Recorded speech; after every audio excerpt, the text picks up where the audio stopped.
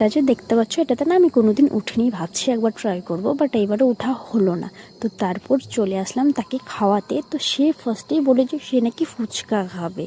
মানে আমি তো ভাবতাম যে ফুচকা শুধু মেয়েরাই ভালোবাসে খেতে, বাট না, ও সেই খেতে ভালোবাসে।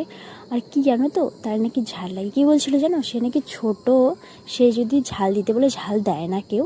তো দাদাকে বলছিল বলতে যে আরও বেশি করে ঝাল দিতে, মানে এত ছোট মানুষ এত যে ঝাল কি করে খায় সে। তো তারপরে ফুচকা খাওয়ানোর পরে তাকে খেতে নিয়ে আসলাম।